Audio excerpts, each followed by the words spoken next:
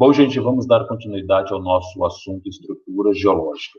Tá? Na aula passada, nós estávamos falando das duas estruturas, né, geológica, dos dois embasamentos geológicos, onde está assentado o Brasil.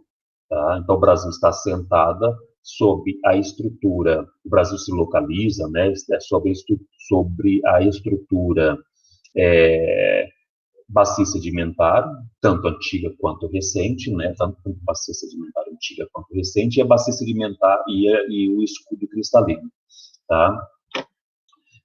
Vimos também como se forma uma bacia sedimentar, né? Onde estão localizadas essas bacias sedimentares antigas e recentes, né? E onde aparecem no Brasil as áreas de escudos cristalinos. Vimos também em aulas passadas, né, qual é o aspecto, de que forma a gente vê essas estruturas aqui na superfície. Tá? Uma bacia sedimentar em formação, jovem, que ainda está em formação, ela vai aparecer com uma superfície plana. Tá? E aí a gente chama de planície. Tá? Uma bacia sedimentar antiga, se ela for muito desgastada, tá? Ela vai aparecer com uma forma suavemente ondulada. Morrarias bastante baixas, bastante arredondados, tá? Bastante desgastados. Basta andar e observar aí em Corumbá Ladário, que está sobre uma bacia sedimentar antiga que não foi totalmente desgastada, porque se fosse a região onde está Corumbá Ladário seria plano, tá? Então, esse pedaço onde está Corumbá e Ladário, a bacia sedimentar antiga, ela não foi totalmente desgastada. Mas próximos daí você pode ver que toda a região é plana, boa parte da região é plana, ou seja, ela foi totalmente desgastada e está se formando uma outra bacia sedimentar, né, pelo Rio Paraguai, né, que é o principal formador da bacia sedimentar do Paraná. Tá? Ou ela pode apresentar uma bacia sedimentar antiga, se ela não foi totalmente desgastada, a gente pode visualizar ela na superfície na forma de morrarias com topo mais aplanado, né? A gente olhando na lateral desses morros, parece que eles estão com ranhuras na lateral, né?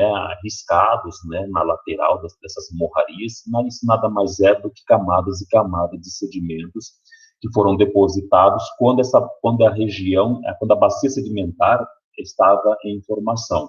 Vimos também que essa morraria que quando a gente está indo de Corumbá para Campo Grande, ou de Campo Grande para Corumbá, né, quando a gente passa por Aquidauana, tá, a linha Aquidauana está bem no limite da bacia sedimentar antiga do Paraná, ou Paranaica, tá, e é o limite, né, entre a bacia sedimentar do Paraná com a bacia sedimentar do Pantanal, que é jovem e está em formação, tá?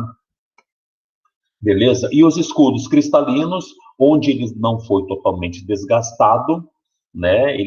A gente vai observar na forma de morrarias, tá? Morrarias baixas, com baixas altitudes, porque está sendo desgastada há milhões e milhões de anos, portanto, vai apresentar topo arredondado, os cumes serão mais arredondados, tá?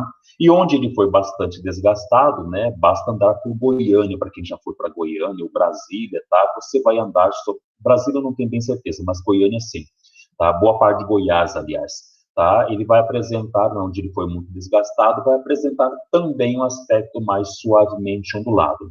O dia que vocês andarem por Campo Grande, tá, gente? Quem já andou aqui por Campo Grande, você pode observar, Campo Grande, ele não é totalmente plano, a cidade onde está Campo Grande, a estrutura geológica onde está Campo Grande, tá? Ele não é totalmente plano, tá? É suavemente ondulado. Aí você pode deduzir, né, imaginar, ou é um escudo cristalino que foi muito desgastado ao longo dos milhões de anos, ou é uma bacia sedimentar.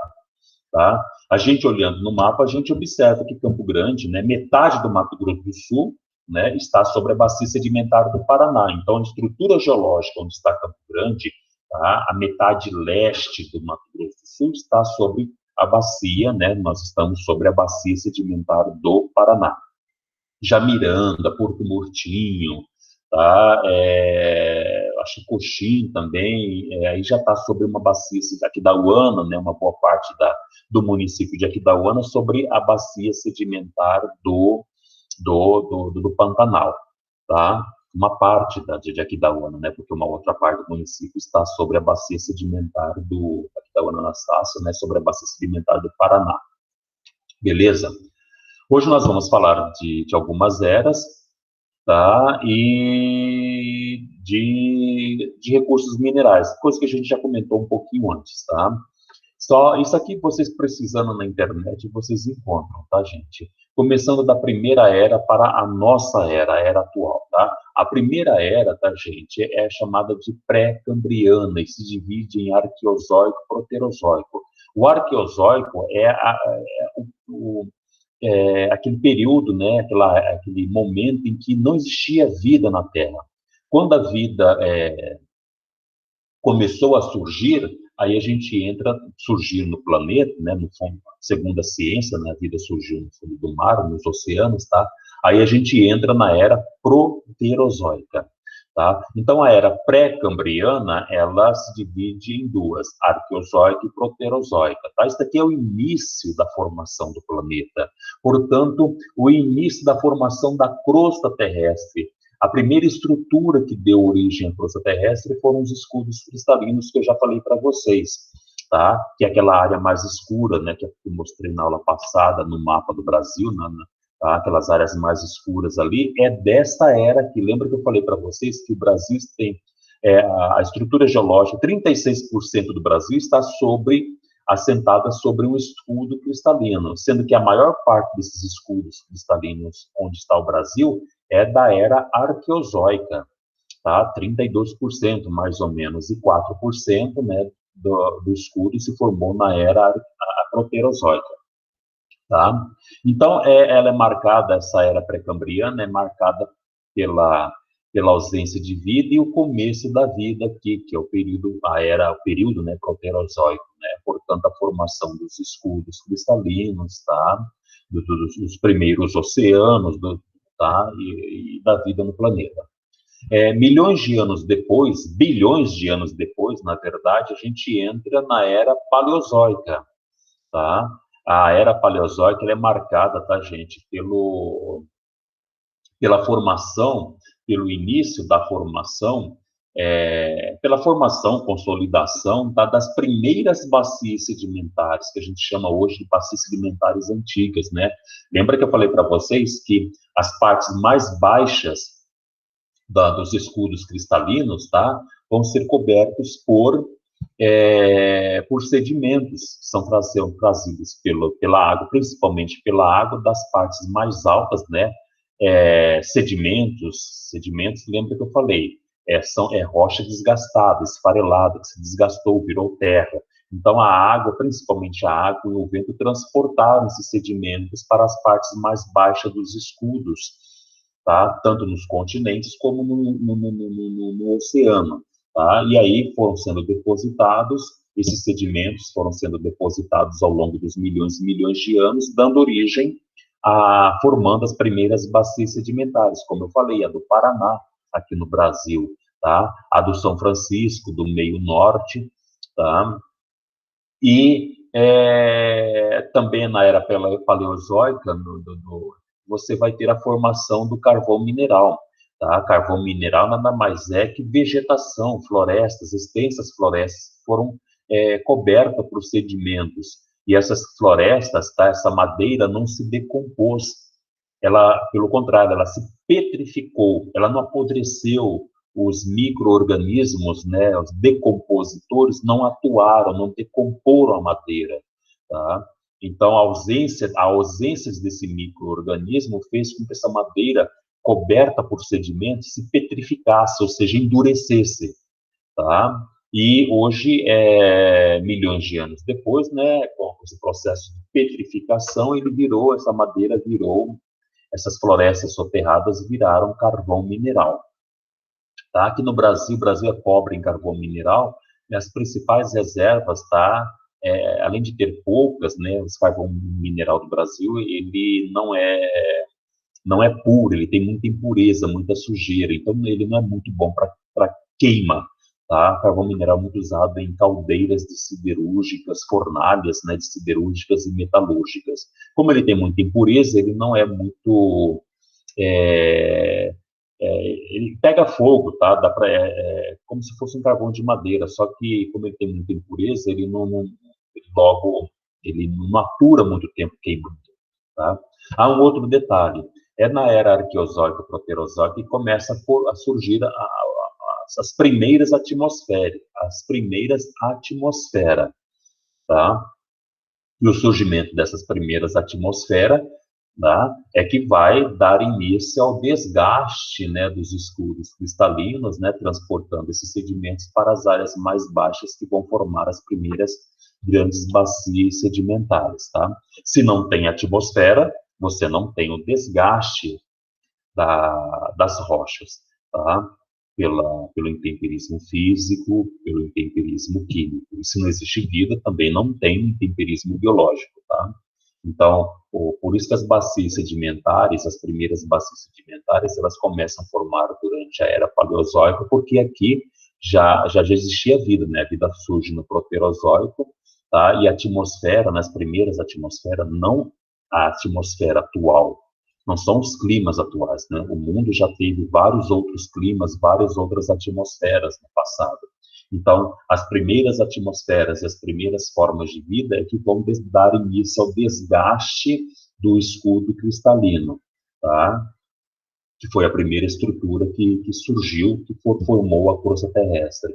E esse desgaste dessas rochas, né, magmáticas, o escudo cristalino é formado principalmente por rochas magmáticas e metamórficas, o desgaste dessas rochas, né, até virar terra, e depois a água e o vento se encarregou de transportar e depositar esses sedimentos em áreas mais baixas, tá, dando origem às primeiras bacias sedimentares. Então, as bacias sedimentares, elas só foram possíveis a sua formação a partir do momento que começou a surgir a vida e a atmosfera no planeta, tá? A era mesozoica é a era dos dinossauros, ela é marcada pelo domínio dos grandes répteis, tá, gente?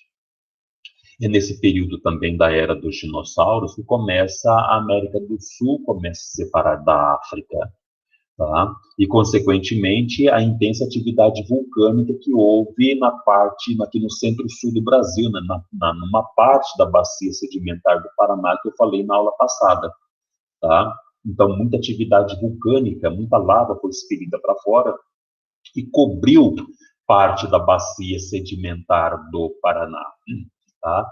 As ilhas que nós temos no litoral do Brasil, tá? Trindade, Martim Vaz, Penedos de São Paulo e São Pedro, Atol das Rocas, tá? Abrolhos, Fernando de Noronha, todas essas ilhas são ilhas vulcânicas, tá, gente? São rochas magmáticas, tá? Ou ígneas, tá? São lavas que foram expelidas para fora quando começa a separação da América do Sul com a África. Então, essa é muita atividade vulcânica, né? Muita lava sendo expelida para fora. Essa lava foi acumulando, tá? Uma em cima da outra, endurecendo, formando rocha magmática e hoje, grandes elevações, né? A parte mais baixa foi coberta pela, pelo Oceano Atlântico, né? Porque na medida que a América do Sul foi se afastando da África, o Oceano Atlântico, tá, foi preenchendo essa área, tá? E a parte mais alta dessas lavas que viraram rochas, formaram montanhas, né? A parte mais alta não foi coberta pelo Oceano Atlântico, então deram origem a essas ilhas aí, que nós temos no litoral brasileiro, tá? Beleza? Derrames basálticos, né, que eu falei para vocês, em parte da bacia sedimentar do Paraná, né, e a nossa era, que é a era cenozoica. Então, nós vivemos hoje na era cenozoica, no período quaternário.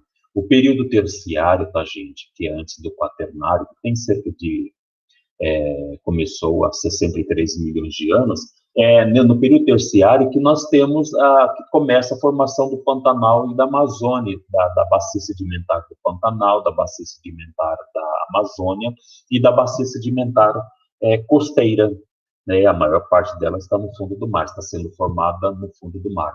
E também as grandes cordilheiras, os grandes dobramentos modernos, tá? Por isso que eu falei para vocês, os dobramentos modernos são as grandes cordilheiras. Elas são jovens porque elas têm cerca de 60 milhões de anos, tá? Para a idade do planeta, elas são bem jovens, estão ainda em processo de formação, de crescimento. Por isso que elas são bastante altas, pontiagudas, tá? Aqui no final da Mesozoica, começo da Cenozoica, você vai ter a extinção dos grandes répteis e a era dos mamíferos, né? Os mamíferos passam a dominar o planeta. Tá? Já existiam mamíferos na época dos dinossauros, só que com a extinção dos dinossauros, os mamíferos passam a dominar o planeta. E o período quaternário ele é marcado por dois grandes eventos: o aparecimento do homem, nós seres humanos, e a configuração, a distribuição dos continentes, tá? Os continentes estão localizados no planeta, os oceanos estão praticamente do mesmo tamanho, os continentes do mesmo tamanho, né, localizados no planeta, mais ou menos há 1,5 milhão, 2 milhões de anos. Então, a configuração atual da distribuição das massas continentais e oceânicas, tá? Das superfícies líquidas e das superfícies continentais, elas apresentam mais ou menos, não houve muita mudança desde há 1,5 milhão de anos, mais ou menos, tá? Então, os contornos dos continentes e oceanos, né, a configuração atual, não mudou muito nesses 1 milhão, 1,5 milhão de anos, beleza? E aí os tipos de rochas, tá, gente? Rochas ígneas ou magmáticas, tá? Nada mais é que lava endurecida, lava que endurece e forma rocha, tá? A lava, quando endurece, tá? Ela sai para fora em contato aqui com a atmosfera, com o fundo do mar, com a água, tá? Ela logo endurece e vira rocha. Que tipo de rocha? Magmática ou algum tipo de rocha magmática ou magmática ou ígnea, tá? Algum tipo de... São vários tipos de rochas magmáticas, tá? Um detalhe, quando a lava ela não chega aqui na superfície, ela, vamos supor, na hora que o vulcão está expelindo lava, tá? Uma parte dessa lava vem para a superfície, a outra parte entra em galerias, cavernas, tá? Ela se aloja em alguma galeria. Essa lava que não chega aqui na superfície, ela ficou parada no meio do caminho, entrou em alguma caverna, alguma galeria, essa lava vai solidificar mais lentamente, tá? E esse processo de solidificação mais lento vai fazer com que ela vire algum tipo de rocha magmática muito resistente, como o granito, tá? Por isso o granito é muito usado para piso, porque ele não risca, ele não quebra com facilidade. É muito usado para áreas úmidas, como pias de cozinha, de banheiro, tá? Porque se você jogar água, a água não atravessa a rocha, tá? Então isso é porque é uma rocha, né, que é oriunda da lava, que se solidificou muito lentamente. Então virou um tipo de rocha muito resistente. O mais comum que boa parte da gente tem em casa, né, é o granito, mais conhecido, tá? Agora, quando a lava vem para fora, ela se solidifica mais rapidamente, tá? E se encontra com mais abundância, porque ela está aqui na superfície. O granito não, o granito você tem que abrir a crosta terrestre, tá? Para poder encontrar o granito. Tá? Então está em áreas mais profundas, tá? Porque é lava que se solidificou no passado, há milhões e milhões de anos atrás, em camadas profundas da atmosfera, em galerias profundas da atmosfera, não, da crosta terrestre.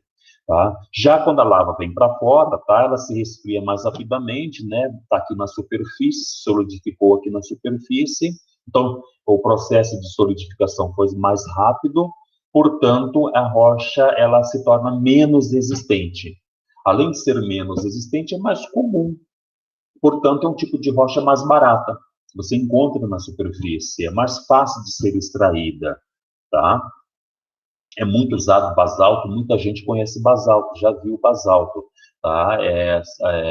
Geralmente elas têm de vários tamanhos, tá, gente? Isso nas pedreiras, eles detonam elas, tá?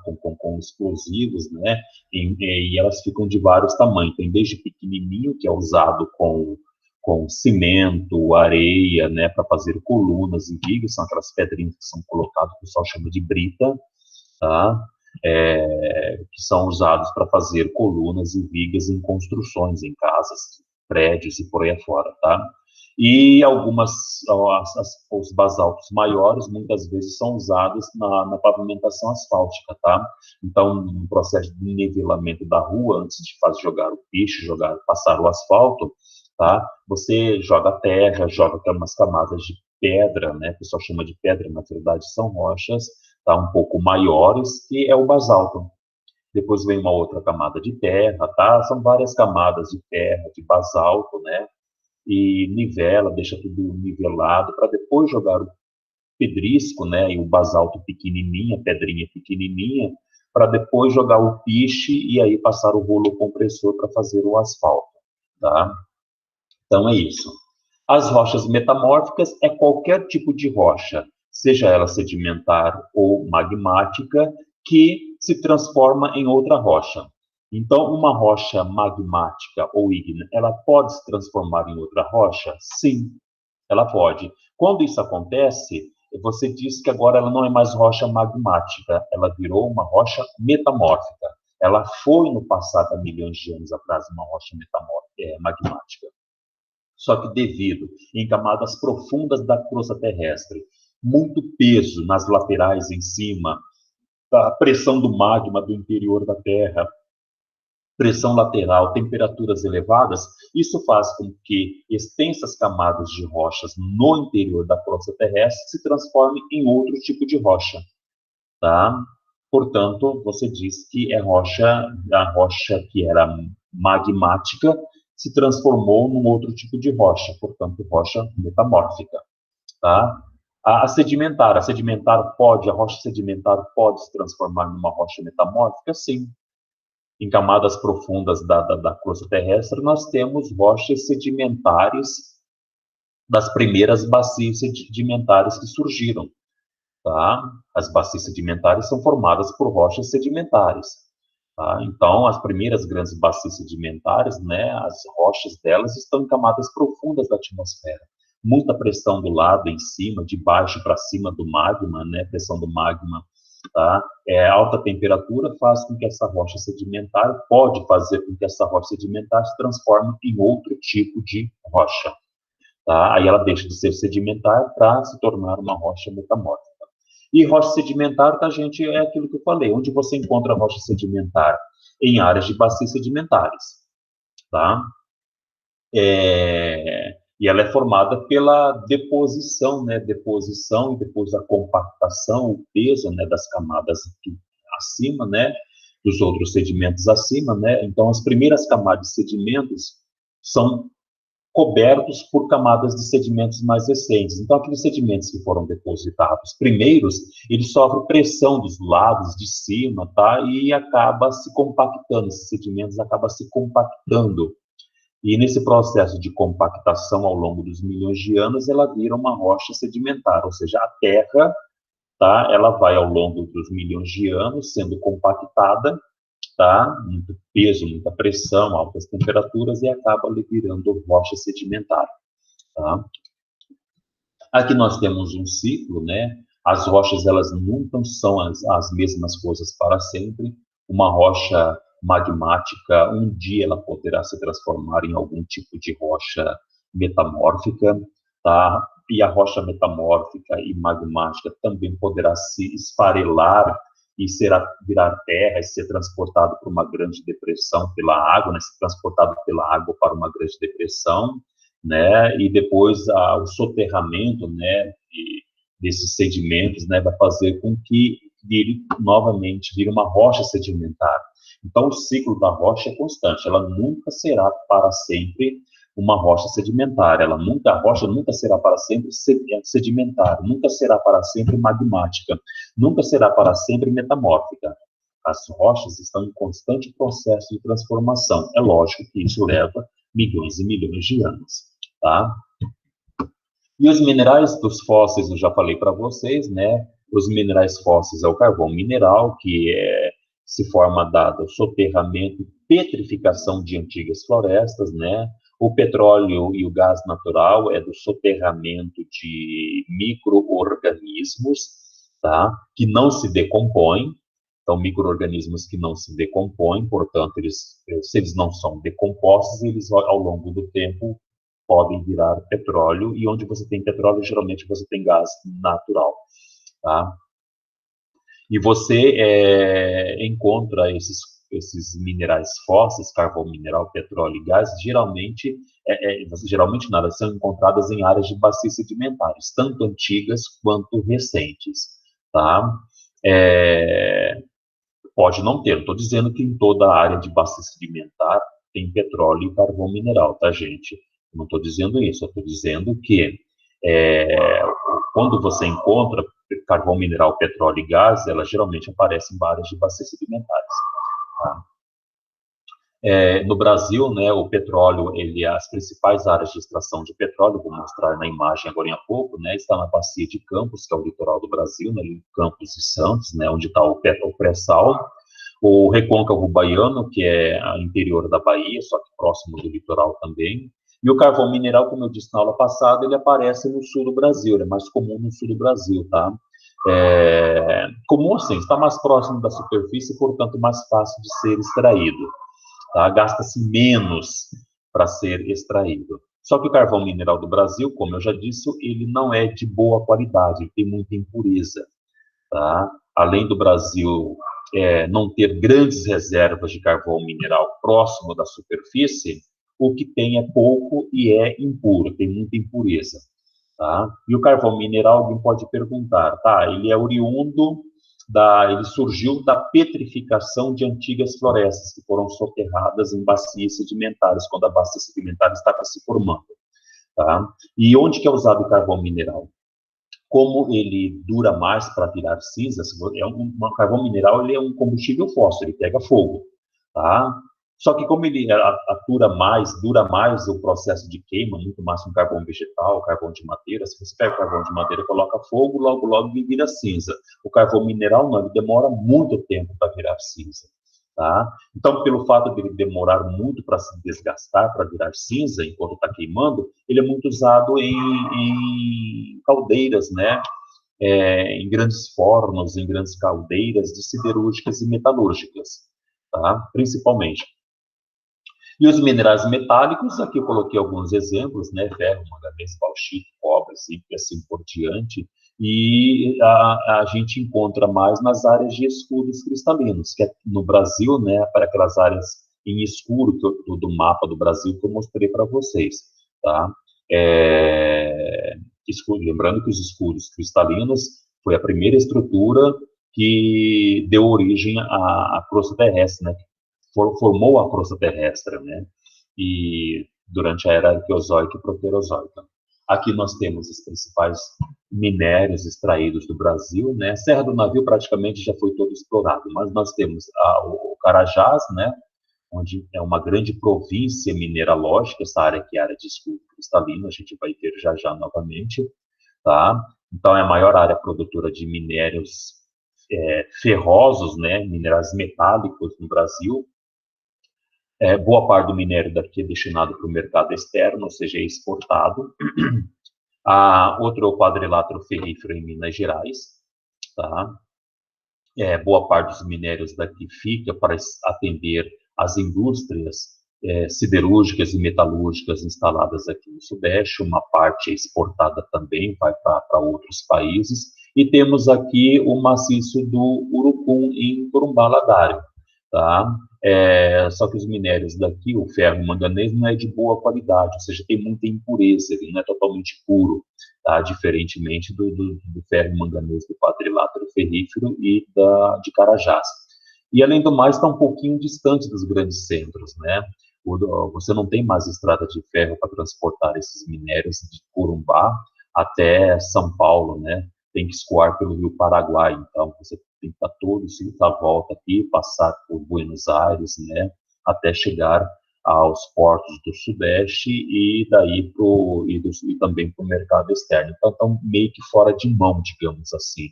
E a infraestrutura em transporte, não há investimento por parte dos nossos governos em infraestrutura de transporte, porque minério, o principal meio para se transportar minério ou é por aquavia, né, por barcos, navios, né, ou então por ferrovias. Tá? Ultimamente, o minério de ferro de Corumbá e o ferro e o manganês está sendo transportado por rodovias, o que tem prejudicado muito essa rodovia 262, que sai de Corumbá e vem para Campo Grande, vai para Campo Grande e daí para São Paulo. Tá? Aqui, tá? As áreas em escuros aqui, tá, gente? De escuros cristalinos, tá? Então, são justamente as áreas onde a gente encontra minerais metálicos, tá? Ferro, manganês, bauxita, tá? E assim por diante, tá? E as áreas de bacias sedimentares, que são essas áreas cinzas aqui, né? Bacias sedimentares antigas e recentes. Olha o Pantanal aqui. Nessas áreas de bacias sedimentares, tá, gente, que a gente encontra os combustíveis fósseis que eu falei para vocês, que é mais propício a encontrar combustíveis fósseis, minerais fósseis, que é o carvão, o gás e o petróleo. Tá? Como eu disse para vocês, nós temos bacia sedimentar jovem aqui no continente, como a do Amazonas, né, e do Pantanal, mas temos também uma outra bacia sedimentar em formação aqui no litoral, só que a maior parte dela está no fundo do mar. Tá? E é onde nós temos extração. A maior parte do petróleo do Brasil é extraída, né, das maiores áreas de reservas petrolíferas do Brasil estão no litoral, principalmente aqui nessa região do Sudeste, aqui, né, Bacia de Santos e Campos, onde está o pré-sal, né, que muita gente duvidou, e depois acabou se comprovando aqui uma das maiores reservas de petróleo do planeta. Tá? Então é isso, espero que tenham gostado e tenha ficado claro para vocês, uma vez que esse assunto é um pouquinho chato, tá, de entender. Beleza? Então, até mais, bons estudos e até a próxima aula.